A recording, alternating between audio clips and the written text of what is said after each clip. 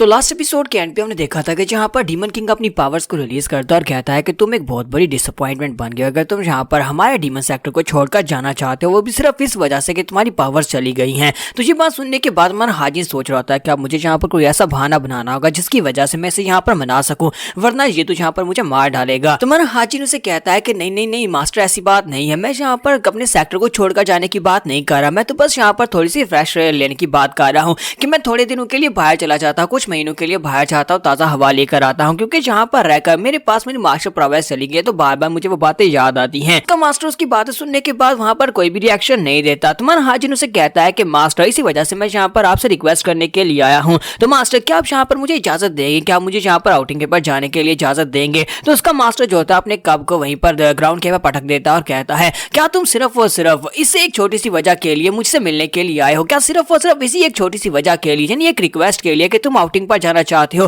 तुमने यहाँ पर डीमन किंग को बुला लिया, डीमन किंग से रिक्वेस्ट की कि वो तुमसे मिले, उसके टाइम को वेस्ट किया। और ये बात सुनने के बाद माना हाजिन जो होता है वो भी काफी हैरान हो रहा था और कहता है कि इसने बिल्कुल ठीक कहा, मुझसे यहाँ पर एक बहुत बड़ी गलती होगी। एक डीमन किंग यानी कि जो कि यहाँ पर दुनिया में सबसे ज्यादा स्ट्रॉन्गेस्ट और सभी लोग उसे बहुत ज्यादा महान मानते हैं, मैंने सिर्फ उसको यहाँ पर सिर्फ और सिर्फ इसलिए बुला लिया बात करने के लिए कि मैं यहाँ पर से जाना चाहता हूँ। ये तक बहुत ही छोटी वजह है और इसी के साथ ही वो सोच रहा था कि मुझे कुछ और सोचना पड़ेगा। तो डीमन किंग उसे कहता है कि जल्दी से बताओ क्या तुम्हारे पास कोई और वजह है। तो हमारा जो हाजिन होता है वहां पर थोड़ी देर सोचने के बाद कहता है क्यों ना यहाँ पर इमोशनल कार्ड खेला जाए। तो वो कहता है कि मास्टर 6 महीने हो गए मुझे बिस्तर के ऊपर पड़े हुए और इसी वजह से मैं यहाँ पर आपको देखना चाहता था, मैं आपको देखने के लिए यहाँ पर आया हूँ। ये बात सुनने के बाद उसका मास्टर थोड़ा सा रिएक्शन देता है। तो हाजिन इस बात से हैरान होता है और साथ ही सोच रहा होता है लगता है कि इमोशनल कार्ड काम कर रहा है, तो इसके ऊपर और ज्यादा इमोशनल अटैक करते हैं। तो हाजिन उसे कहता है कि मास्टर, हालांकि मेरी बॉडी पिछले 6 महीने से यूजलेस थी, लेकिन एक डिसाइपल होने के नाते मेरी यहाँ पर काफी सारी ड्यूटीज बनती है, तो मुझे लगता है कि मुझे यहाँ पर अपनी ड्यूटीज को पूरा करना होगा।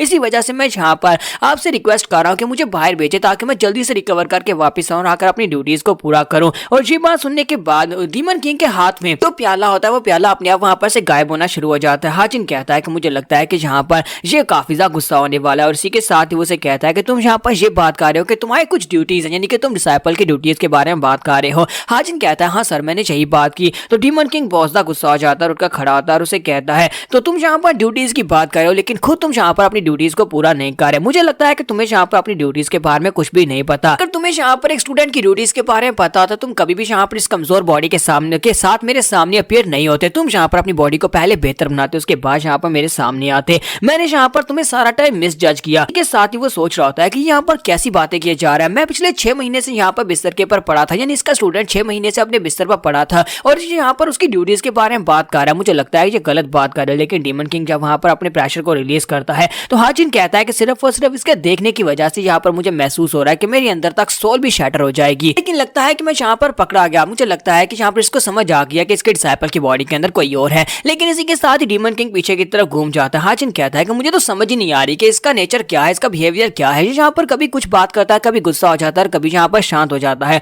तो डीमन किंग पीछे घूमने के बाद फिर साथ ही गुस्से के साथ उसे कहते हैं 3 दिन के बाद तुम्हें यहाँ पर पता चल जाएगा कि मैं तुम्हें कहाँ पर भेजने वाला हूँ। 3 दिन के बाद तुम्हें आउटिंग के लिए भेज दिया जाएगा, इसलिए जाओ जाकर इंतजार करो। तो हाजिन कहता है क्या बस इतना ही? लेकिन तुमने यहाँ पर मुझे ये तो नहीं बताया कि यहाँ पर मुझे इजाजत मिली है या नहीं, क्योंकि इसने कहा कि 3 दिन के बाद कोई आकर मुझसे मिलेगा और मुझे बताएगा कि मुझे कहाँ पर भेजना है, लेकिन ये तो नहीं बताया कि कहाँ पर भेजा जा रहा है। इसी के साथ ही हमारा हाजिन जो होता है वो उसके साथ ज्यादा बहस नहीं करता, वहां पर से बाहर आ जाता है। जबकि यहीं पर नेक्स्ट सीन जो होता है वो डीमन एम्परर का ही दिखाया जाता है कि डीमन एम्परर जो होते हैं वो काफी ज्यादा हैरान परेशान होते हैं और कहते हैं जहां पर हमारी जजमेंट पवेलियन में पहले की तरह यहाँ पर इस तरह की ग्रीनरी मैंने कभी नहीं देखी, यानी काफी अरसा हो गया इस तरह की ग्रीनरी को यहाँ पर देखे हुए। फिर साथ ही नेक्स्ट सीन जो होता है वो पैलेस का दिखाया जाता है। रात के वक्त जब वो अपने पैलेस में वापस आता है तो मास्टर मूडैम उसके पास होता है। वो मूडैम के लिए वहां पर प्याले में वाइन डालता है और उसे कहता है कि इसे पियो, और साथ ही वो उसे पी रहा होता है। और इसी के साथ ही उसे कहता है कि तुमने बहुत ज्यादा हार्ड वर्क किया उस लड़के को वहां पर सही टाइम पर लेकर आए। तो मास्टर मूडैम उसे कहता है तो सर यहाँ पर क्या फैसला हुआ, उसकी जजमेंट क्या हुई, क्या मैं यहाँ पर जान सकता हूँ?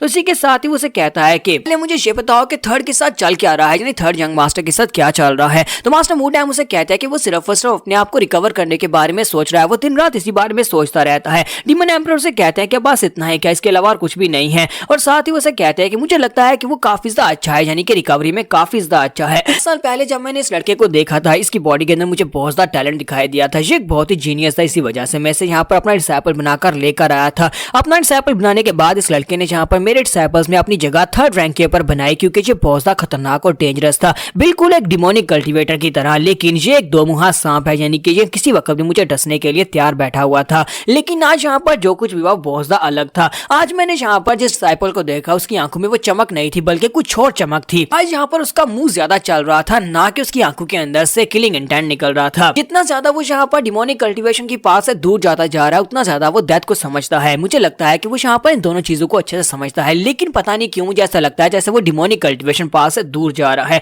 मास्टर मोटाम कहते हैं कि सर मुझे यहाँ पर समझ नहीं आ रही कि यहाँ पर उसकी जजमेंट थी क्या। और इसी के साथ ही हमें यहाँ पर डिमोनिक जजमेंट पवेलियन के बारे में बताया जाता है कि डिमोनिक जजमेंट पवेलियन एक ऐसी जगह है जिसके अंदर एक बहुत ही पावरफुल फॉर्मेशन को बिछाया गया है, जो कि डीमन एम्परर ने खुद वहां पर बिछाई थी। एक ऐसी पावरफुल फॉर्मेशन जो वहां पर अंदर आने वाले के दिल और दिमाग दोनों को महसूस कर सकती है, उनके दिल और दिमाग के अंदर जानकर देख सकती है कि वो इस वक्त क्या सोच रहे हैं। अगर कोई वहां पर सादा सोच के साथ जाएगा तो वहां पर उसको सादा सीनरी दिखाई देगी, लेकिन अगर वहां पर कोई डीमन एम्परर को मारने की सोच रखता होगा, हालांकि वो थोड़ी सी सोच क्यों ना हो, उसके बाद वहां पर उसे बहुत सारे मॉन्स्टर्स दिखाई देंगे और वो इतने मॉन्स्टर्स जो होंगे वो उसके ऊपर अटैक करेंगे, जिसके बाद वो उसे नोच नोच कर मार डालेंगे। अगर थर्ड यंग मास्टर वहां पर से जिंदा बाहर आया तो उसका मतलब यह है कि वो डीमन एम्परर को मारना नहीं चाहता था, उसके बारे में इस तरह की कोई भी सोच नहीं रखता, यानी डीमन एम्परर को मारने या फिर उसके थ्रोन के ऊपर बैठने, उसकी गद्दी के ऊपर कब्जा करने के बारे में कुछ भी नहीं सोचता। इसी के साथ ही डीमन एम्परर जो होते हैं मास्टर मोडैम से पूछते हैं मुझे ये बताओ क्या बैम्बू ग्रोव यानी कि एक बैम्बू का एक जंगल होता है, वो उसके बारे में पूछते हैं क्या वहां पर इस वक्त अच्छे से ध्यान रखा जा रहा है। तो वो कहते हैं हाँ सर वहां पर अच्छे से ध्यान रखा जा रहा है, कोर्ट ऑफ एल्डर्स के एल्डर्स वहां पर हैं और सब कुछ मैनेज कर रहे हैं। तब से एल्डर्स ने वहां का चार्ज संभाला है तब से वहां पर कैजुअलिटीज यानी डेथ रेट बहुत ज्यादा कम हो गया है। अभी भी यहाँ पर कम से कम साल में 5 कैजुअलिटीज हो रही हैं, लेकिन फिर भी ये बहुत ज्यादा कम है।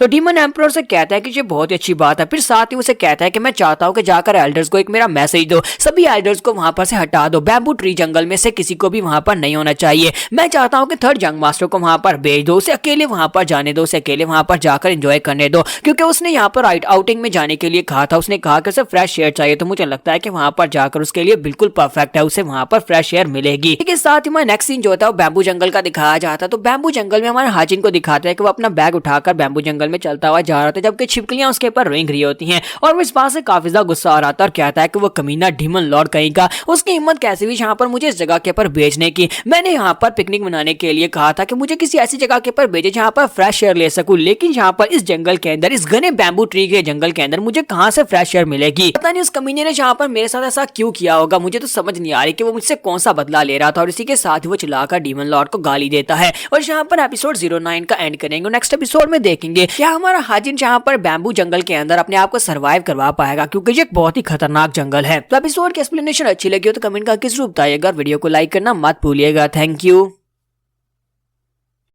तो इस एपिसोड की शुरुआत में दिखाते हैं कि हमारा हाजिन जो होता है वो यहाँ पर काफी ज्यादा गुस्सा होता है और साथ ही वो रो भी रहा था और कहता है कि उस कमीने डेमन किंग ने मुझे यहाँ पर इस जगह के ऊपर भेज दिया। उसे लगता है कि मैं यहाँ पर फ्रेश एयर ले सकता हूँ, लेकिन यहाँ पर कौन सी फ्रेश एयर मैं ले सकता हूँ, वो बहुत ही कमीना है। और इसी के साथ उसके पीछे से आवाज आती है क्योंकि उसके साथ यहाँ पर एक एल्डर को भी भेजा गया होता है, उसका नाम डॉग बिल होता है। तो वो उसे कहता है कि सर लेकिन आप जिस तरह से यहाँ पर डीमन किंग के बारे में रिमार्क्स दे रहे हैं, जिस तरह से उसे गाली दे रहे हैं, मुझे लगता है कि यहाँ पर आपको सजाए मौत दी जानी चाहिए, क्योंकि अगर किसी ने इस बारे में सुन लिया तो उसी वक्त आपका सर काट दिया जाएगा। तो इसी के साथ ही हमारा हाजिन जो होता है जल्दी से पीछे की तरफ घूमता और कहता है कि तुमने यहाँ पर क्या कहा, तुम यहाँ पर क्या बात कर रहे हो, तुम्हें क्या लगता है कि मैं यहाँ पर डीमन एम्परर के बारे में गलत बात कर रहा हूँ? मैं तो डीमन एम्परर को कुछ भी गलत नहीं कह रहा, तुमने गलत सुना है। तो डॉग बिल उसे कहता है कि हाँ हो सकता है कि मुझे लगता है कि मैंने यहाँ पर गलत सुन लिया हो। यंग मास्टर मुझे लगता है कि मैंने यहाँ पर गलती की है, तो प्लीज यंग मास्टर प्लीज मुझे माफ कर दीजिएगा, मैं यहाँ पर आपसे माफी मांगता हूँ। साथ ही हमारा हाजिन वहां पर सोच रहा था मुझे लगता है कि आज के बाद से मुझे डीमन एम्परर के बारे में संभल कर बात करनी होगी, क्योंकि यहाँ पर तो दीवारों के भी कान है, अगर किसी ने यहाँ पर डीमन एम्परर के बारे में मुझे गलत कहते हुए सुन लिया तो मुझे मार डालेंगे, क्योंकि इन सभी लोगों के लिए यहाँ पर वो सिर्फ और सिर्फ एक एम्परर नहीं है बल्कि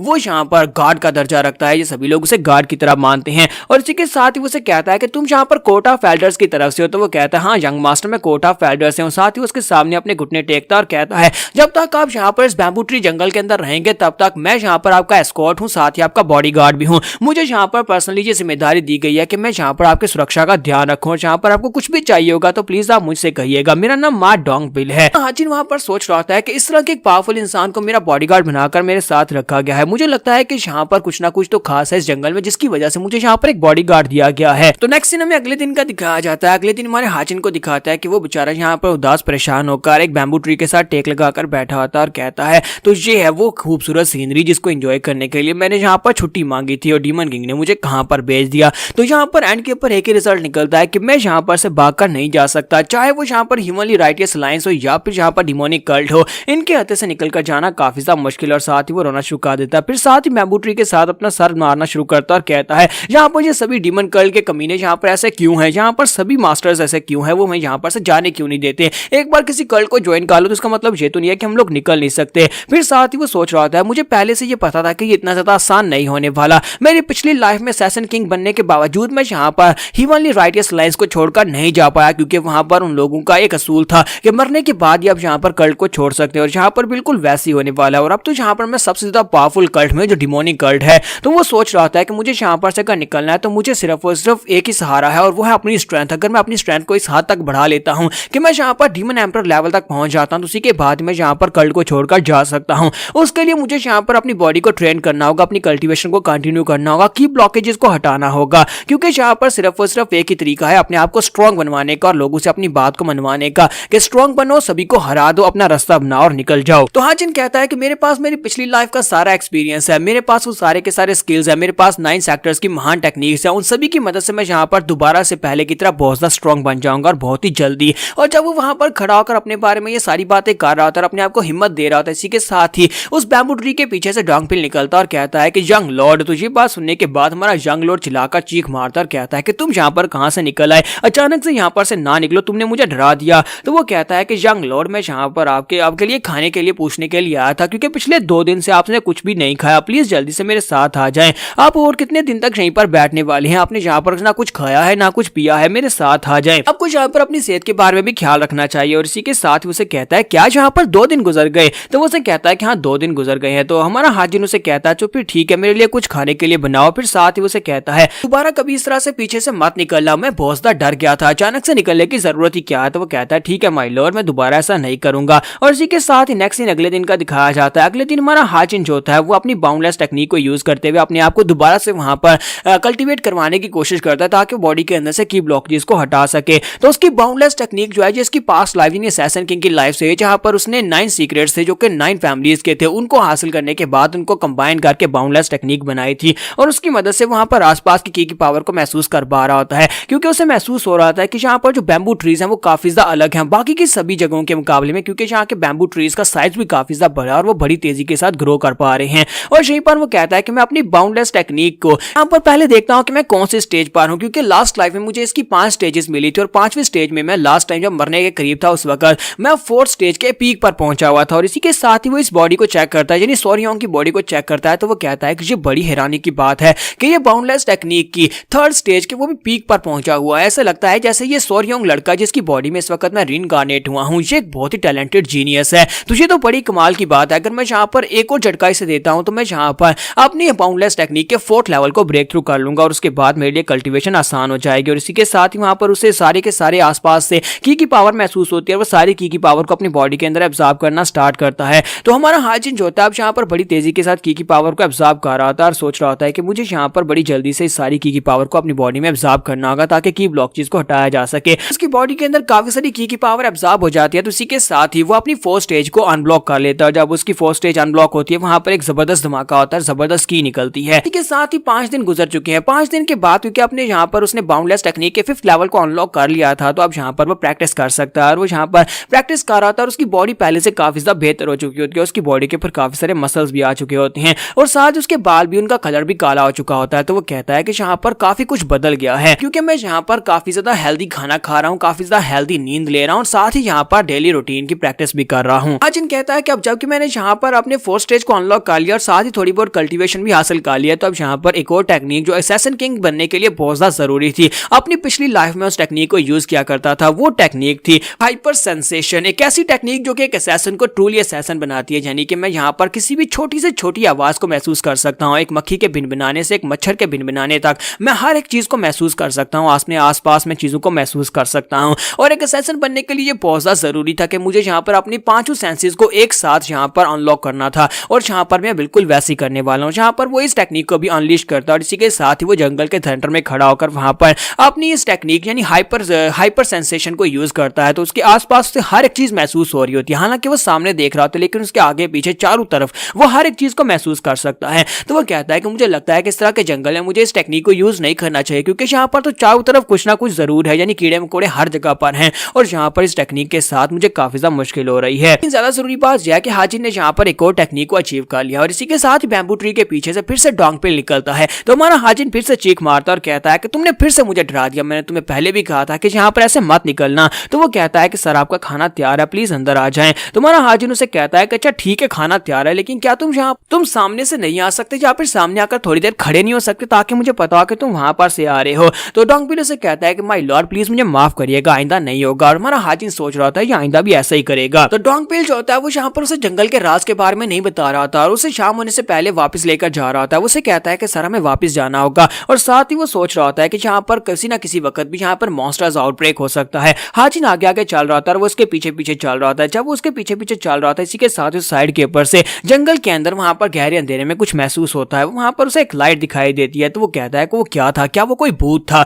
और इसी के साथ ही यहीं पर हमारी एपिसोड 10 का एंड होता है। तो नेक्स्ट एपिसोड में देखेंगे कि आखिर इस बैम्बू ट्री जंगल का राज क्या है, यहाँ पर ऐसा क्या है जो कितना खतरनाक है कि एल्डर्स भी यहाँ पर उनकी भी 5 कैजुअलिटीज हो जाती है साल में। एपिसोड की एक्सप्लेनेशन अच्छी लगी हो तो कमेंट करके जरूर बताइएगा और वीडियो को लाइक करना मत भूलिएगा। Thank you.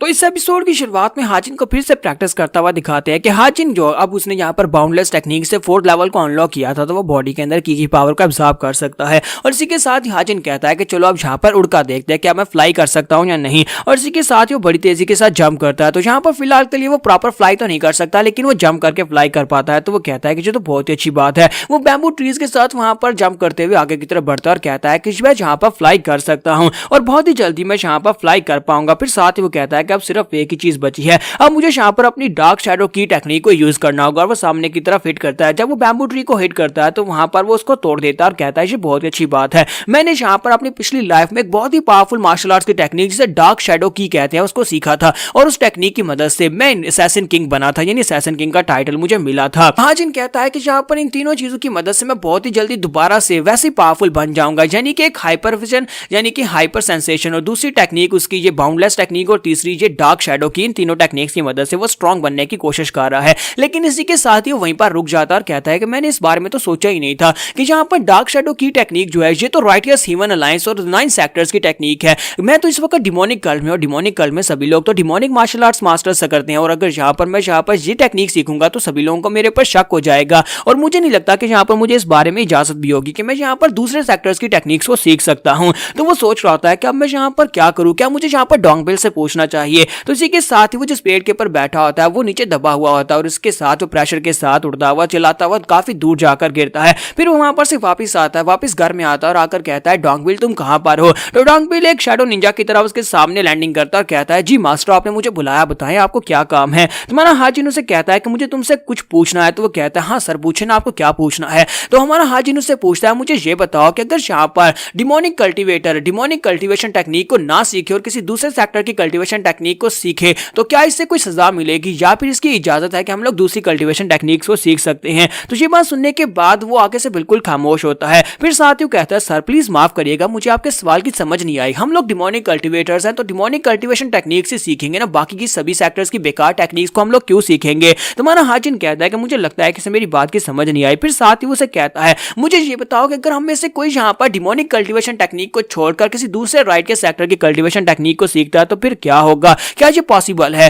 डोंगबिल उसे कहता है कि सर मुझे इस बारे में नहीं पता, हो सकता है कि ऐसा पॉसिबल हो क्योंकि आज से पहले कभी किसी ने डिमोनिक कल्टीवेशन टेक्निक को छोड़कर दूसरी टेक्निक्स को सीखने की कोशिश नहीं की। लेकिन मैं इतना कह सकता हूं क्योंकि आप यहाँ पर डीमन लॉर्ड के पर्सनल डिसाइपल है, अगर आप यहाँ पर उनकी डिमोनिक कल्टीवेशन टेक्निक को नहीं सीखेंगे और दूसरे सेक्टर की टेक्निक को सीखेंगे तो फिर वो बहुत ज्यादा डिसअपॉइंटेड होने वाले हैं क्योंकि उनके डिसाइपल होने का मतलब यह है कि उनकी टेक्निक्स को सीखा जाए। तो माना हाजिन कहता है कि ठीक है मुझे मेरे सवाल का जवाब मिल गया। फिर साथ ही हाजिन उसे कहता है कि मेरी एक और रिक्वेस्ट है, मैं चाहता हूं कि तुम जाओ हमारी डिमोनिक कल्ट की लाइब्रेरी में, वहां पर जाओ और मेरे ऑर्डर से यानी कि मैं यहाँ पर तुम्हें कह रहा हूँ मेरा नाम लेकर वहां पर जितनी भी डिमोनिक कार्ड्स हैं वो सारी सीक्रेट बुक्स को लेकर आओ ताकि मैं रीराइट कर सकूं। तो वो उसे कहता है कि मुझे यहाँ पर सारे डिमोनिक कार्ड्स को दोबारा से पढ़ना है। तो ये बात सुनने के बाद वो भी काफी हैरान होता है। फिर साथ ही वो वहां पर मास्टर मोडैम के पास पहुंच जाता है। मास्टर मोडैम कहते हैं क्या वाकई में थर्ड यंग मास्टर ने यहाँ पर तुमसे कहा कि लाइब्रेरी में से डिमोनिक मार्शल आर्ट्स को लेकर आओ, लेकिन वो सारी की सारी तो वो पहले से उसने सीखी हुई है। तो डोंगबिल कहता है कि हाँ सर थर्ड यंग मास्टर ने यही रिक्वेस्ट की, उसने उसने कहा कि सभी लेकर आओ। तो मूडैम इस बात से काफी हैरान होते हैं और कहता है कि उसने यहाँ पर उसने एक तो क्या बाकी के सभी जितने भी डिसाइपल्स हैं डीमन किंग के उन सभी लोगों ने डिमोनिक कल्टीवेशन आर्ट्स को सीखा हुआ है, फिर उसे यहाँ पर दोबारा से वो सभी बुक्स क्यों चाहिए होंगी। इसी के साथ ही डोंगबिल कहता है कि सर मुझे यहाँ पर ये सवाल पूछना तो नहीं चाहिए क्योंकि मेरी इतनी औकात नहीं है, लेकिन फिर भी मैं आपसे एक सवाल पूछना चाहता हूँ क्योंकि मैं एक बॉडीगार्ड हूँ। बॉडीगार्ड होने के नाते मेरा यहाँ पर फर्ज बनता है कि मैं आपसे ये सवाल पूछ सकता हूँ कि मैं किसको गार्ड कर रहा हूँ। क्या मुझे यहाँ पर थर्ड जंग मास्टर के बारे में ये बताएंगे, क्या उनकी मेमोरीज जा चुकी हैं? तो मुझे पास्ट के थर्ड जंग मास्टर अच्छी तरह से याद है कि वो किस तरह से बर्ताव किया करते थे और बहुत ज्यादा गुस्से वाले थे। सुनने के बाद मास्टर मोडैम उसे कहते हैं तुम यहाँ पर किस बारे में बात कर रहे हो, मुझे लगता है कि तुम्हें यहाँ पर इस तरह नहीं सोचना चाहिए। फिर साथ ही सोच रहा था मैं भी यहाँ पर कब से यही सोचने की कोशिश कर रहा हूँ कि कहीं की ब्लॉचेज की वजह से हमारे थर्ड जंग मास्टर की मेमोरीज चली तो नहीं गई, क्योंकि वो बहुत ही अजीब सा बर्ताव कर रहा है। ताकि मैंने उसकी मेड अंगवा से भी पूछा था, अंगवा ने भी यही कहा था कि थर्ड जंग मास्टर जब से उठे हैं तब से वो बहुत ही अजीब बर्ताव कर रहे हैं, उनका बिहेवियर चेंज हो गया, उनकी नेचर चेंज हो गया और बहुत ही इज्जत के साथ बात करते हैं। ऊपर से उसने यहाँ पर डीमन एम्परर के उस जजमेंट वाले टेस्ट को भी पास कर लिया है। फिर साथ ही वो डोंगबिल से भी कहते हैं डोंगबिल तुम्हें यहाँ पर इस सवाल के बारे में नहीं पूछना चाहिए, मुझे लगता है कि तुम्हें यहाँ पर एक काम दिया गया है और ये काम सिर्फ और सिर्फ तुम ही कर सकते हो। तुम्हें यहाँ पर थर्ड जंग मास्टर को प्रोटेक्शन देनी है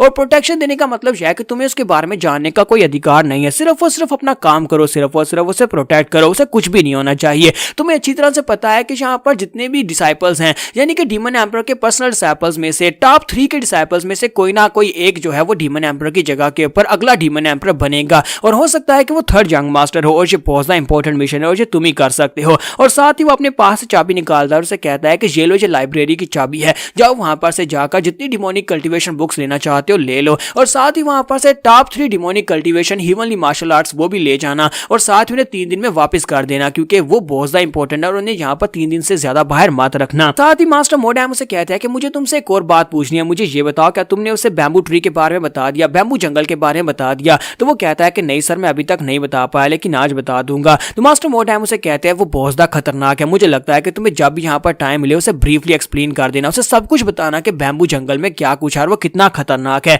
कहीं ऐसा ना हो कि यहाँ पर उसको नुकसान पहुंच जाए और उसके बाद तुम्हारे लिए अच्छा नहीं होगा। तो वो कहता है जी सर मैं अभी जाऊंगा, जाकर उनको सारी बात बता दूंगा। कि वहां पर चले जाने के बाद मास्टर मोडैम सोच रहे होते हैं कि मुझे समझ नहीं आ रही कि डीमन एम्परर ने यहाँ पर अपने थर्ड डिसाइपल को बैम्बू ट्री जंगल में क्यों भेज दिया जबकि वो जंगल बहुत ज्यादा खतरनाक है। उसने पहले टेस्ट को पास कर लिया था, अब यहाँ पर दोबारा से उसे टेस्ट लिया जा रहा है। यहीं पर हमारे मास्टर मोडैम जो होते हैं हमें इस जंगल के बारे में बताते हैं कि बैम्बू ट्री जंगल जो है ये ह्यूमनली डिमोनिक कल्ट से भी पहले से यहाँ पर है, क्योंकि ह्यूमनली डिमोनिक कल्ट जो था वो इसके बाद यहाँ पर बनाया गया था, लेकिन हमारे ह्यूमनली डिमोनिक कल्ट के मास्टर भी यहाँ पर इस जंगल को ध्वस्त नहीं कर पाए और इसके ऊपर कंप्लीट कब्जा नहीं कर पाए। इसी की वजह से डीमन कल्ट जो है वो बहुत ज्यादा पावरफुल है, डीमन कल्ट की तरफ कोई आंख उठाकर नहीं देखता क्योंकि इस जंगल को पार कर पाना बहुत ज्यादा मुश्किल है क्योंकि इसके डीप में बहुत ही पावरफुल मॉन्स्टर्स रहते हैं। ये जंगल उन लोगों के लिए बहुत ज्यादा खास है जो लोग गिफ्टेड होते हैं, लेकिन उन लोगों के लिए यहाँ पर मौत बनकर आता है जो लोग करप्ट होते हैं। मास्टर मोडैम कहते हैं क्या मुझे यहाँ पर ये देखना है क्या थर्ड जंग मास्टर यहाँ पर डीमन लॉर्ड के सेकंड टेस्ट को भी पास कर पाता है या नहीं। एक सीन में हाजिन का दिखाया जाता है कि हाजिन के पास डोंगबिल जो होता है वो सारी बुक्स लेकर आ जाता है, तो वो सभी बुक्स को गिनता है और कहता है कि ये क्या, ये तो पूरी 17 बुक्स है, तुम इन सभी बुक्स को उठाकर ले आए हो, मैं इतनी सारी का क्या करूंगा।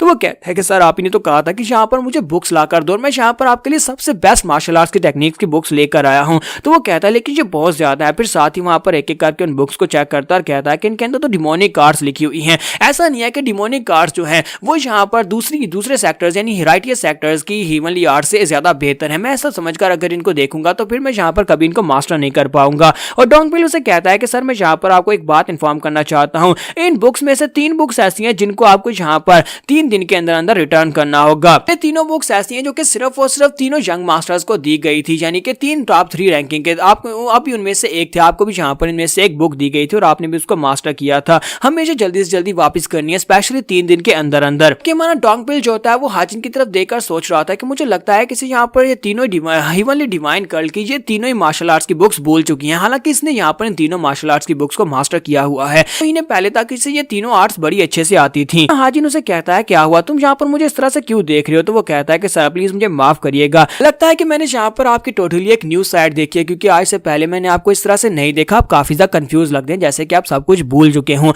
तुम्हारा हाजिन सोच रहा था कि मुझे यहाँ पर से कुछ ना कुछ बहाना बनाना का, मैं ये तो नहीं कह सकता कि इस बॉडी के अंदर मैं नया हूँ और मुझे यहाँ पर कुछ भी याद नहीं है। तो यहाँ पर हम लोग अपनी एपिसोड 11 का एंड करेंगे, नेक्स्ट एपिसोड में देखेंगे क्या हमारा हाजिन यहाँ पर इन डिमोनिक आर्ट्स को भी मास्टर कर पाएगा या नहीं। तो एपिसोड की एक्सप्लेनेशन अच्छी लगी हो तो कमेंट करके जरूर बताइएगा और वीडियो को लाइक करना मत भूलिएगा। Thank you.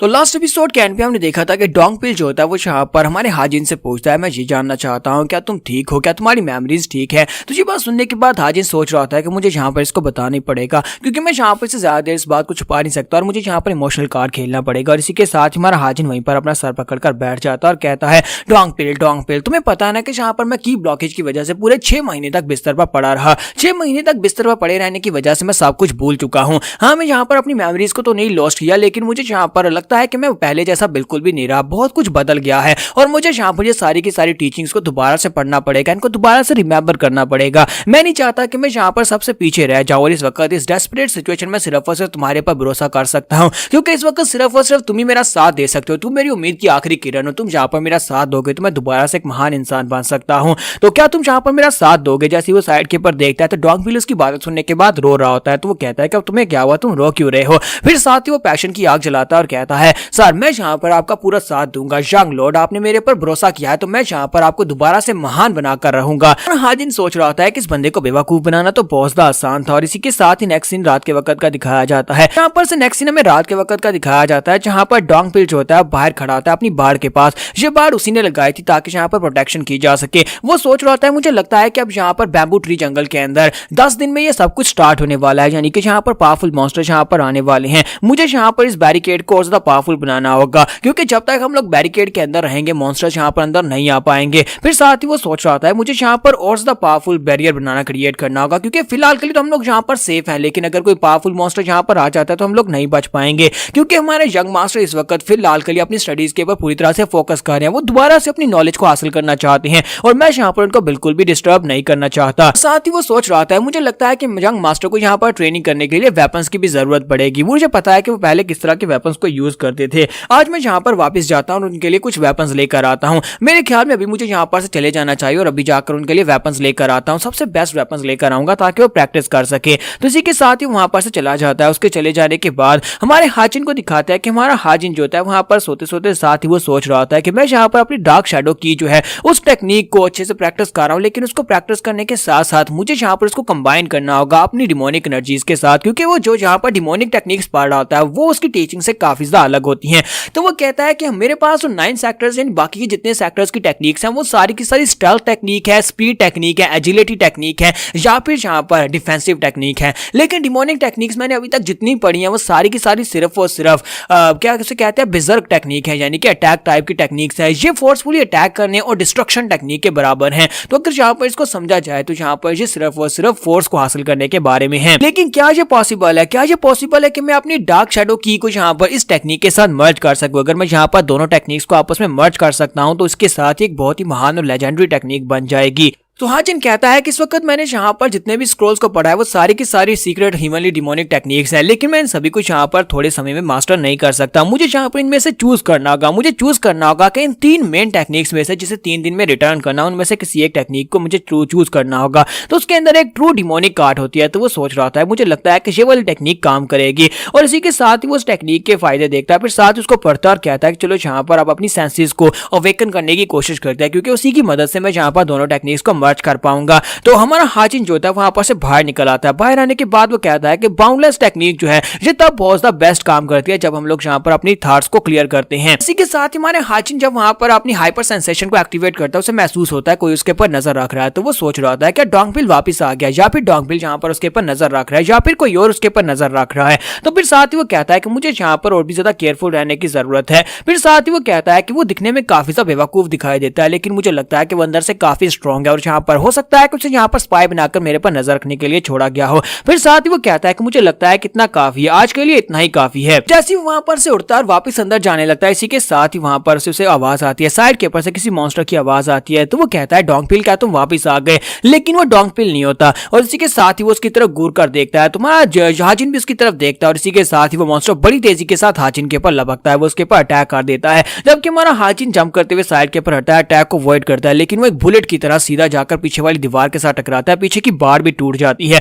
और वो काफी दूर जाकर गिरता है, यानी हाजिन नहीं वो मॉन्स्टर जाकर गिरता है। तो हाजिन कहता है कि ये क्या चीज थी, ये तो बहुत ज्यादा डेंजरस है, अगर मेरे साथ टकराता तो मेरी बॉडी के परखच्चे उड़ जाते। फिर साथ ही जैसे वहां पर देखता है कि वहां पर क्या चीज गिरी थी, वो क्या चीज थी जिसने अटैक किया था, तो वो एक 3 सर वाला बड़ा सा मुर्गा होता है। तो वो कहता है कि ये क्या, ये तो एक बड़ा सा चिकन है और इतना बड़ा कैसे हो सकता है, इसके तो 3 सर हैं। तो हाजिन इस बात से बहुत ज्यादा हैरान हो जाता है और कहता है कि इतना बड़ा चिकन कैसे हो सकता है, इसकी 6 टांगे, 6 पार और साथ इसकी 3 गर्दनें हैं, ऐसा बिल्कुल भी नहीं पॉसिबल हो सकता। मैंने आज से पहले इतना बड़ा मॉन्स्टर कभी नहीं देखा, इतना बड़ा चिकन मॉन्स्टर तो बिल्कुल भी नहीं देखा। तो वो जो बड़ा सा चिकन मॉन्स्टर होता है वो हाजिन की तरफ देखता है और उससे फाइट करने के लिए बिल्कुल रेडी होता है। हाजिन कहता है कि सीरियसली मैं तो यहाँ पर बिल्कुल स्पीचलेस हूँ, क्या मुझे वाकई में यहाँ पर एक बड़े से चिकन से फाइट करनी होगी। और इसी के साथ ही वो क्लक क्लक करते हुए बड़ी तेजी के साथ फिर से उसके ऊपर अटैक करने के लिए आगे बढ़ता है। हाजिन कहता है कि इसकी स्पीड तो बहुत ज्यादा है, जब मैं असैसिन था इसकी स्पीड तो उसी के बराबर ही है, और वो बड़ी तेजी के साथ उसके ऊपर अटैक करके गुजरता है, जिसकी वजह से हमारे हाजिन के कपड़े फट जाते हैं। उसके पंख जो होते हैं वो काफी ज्यादा स्ट्रॉन्ग होते हैं और वो जंप करते हुए ऊपर उड़ भी सकता है,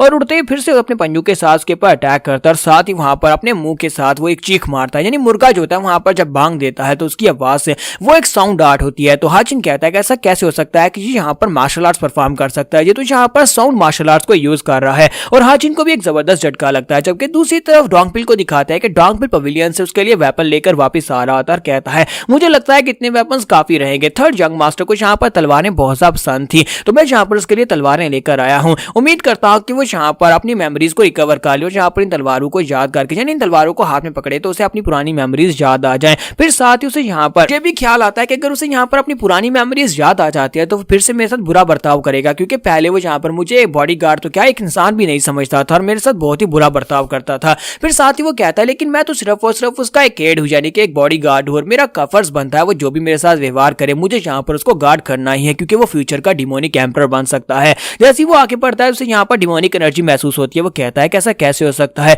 ये डिमोनिक एनर्जी और ये ब्लड लस्ट ये कहाँ से आ रहा है। तो वो कहता है ये तो उसी एरिया से आ रहा है जहाँ पर थर्ड यंग मास्टर है, और वो बड़ी तेजी से भागता हुआ उस तरफ आगे बढ़ता है। जबकि दूसरी तरफ बड़ा सा मुर्गा जो होता है वो फाइट करने के लिए रेडी होता है और हमारा हाजिन भी उससे फाइट कर रहा होता है। हाजिन कहता है कि मैं पीछे नहीं हट सकता, और इसी के साथ ही वो उसे एक जबरदस्त पंच मारता है। लेकिन जब वो पंच मारता है तो मुर्गा अपनी एक टांग के साथ उसके बाजू को पकड़ लेता है, और इसी के साथ ही वो एक टांग को पकड़ने के साथ दूसरे मुंह के साथ उसके ऊपर अटैक करने लगता है। तो हाजिन कहता है कि अब मैं क्या करूं, और साथ ही वो अपने हाथ को अपने पंजे को घुमाकर हमारे हाजिन को उठाकर नीचे पटक देता है। जैसे वो हाजिन को वहां पर पटकता है, फिर साथ ही फिर से अपनी चोंच खोलकर वहां पर अपनी साउंड मार्शल आर्ट्स को यूज करते हुए हाजिन के ऊपर अटैक करता है, जिसकी वजह से हमारे हाजिन के ऊपर बहुत ही जबरदस्त प्रेशर पड़ता है। इतनी तेज हवा आती है कि वो कहता है अब मैं यहाँ पर क्या करूँ, ये तो बहुत ही पावरफुल साउंड आर्ट्स को यूज कर रहा है, मैं यहाँ पर इसके साउंड आर्ट्स के सामने नहीं टिक पा रहा। मुझे लगता है कि ये कोई ऑर्डिनरी म्यूटेंट चिकन नहीं है, बल्कि एक बहुत ही पावरफुल और टफ है, मुझे यहाँ पर किसी वेपन की जरूरत पड़ेगी। वो वहां पर वेपन को ढूंढ रहा था, इसी के साथ ही वहां पर एक बांस का टुकड़ा यानी बैम्बू का टुकड़ा उसे दिखाई देता है।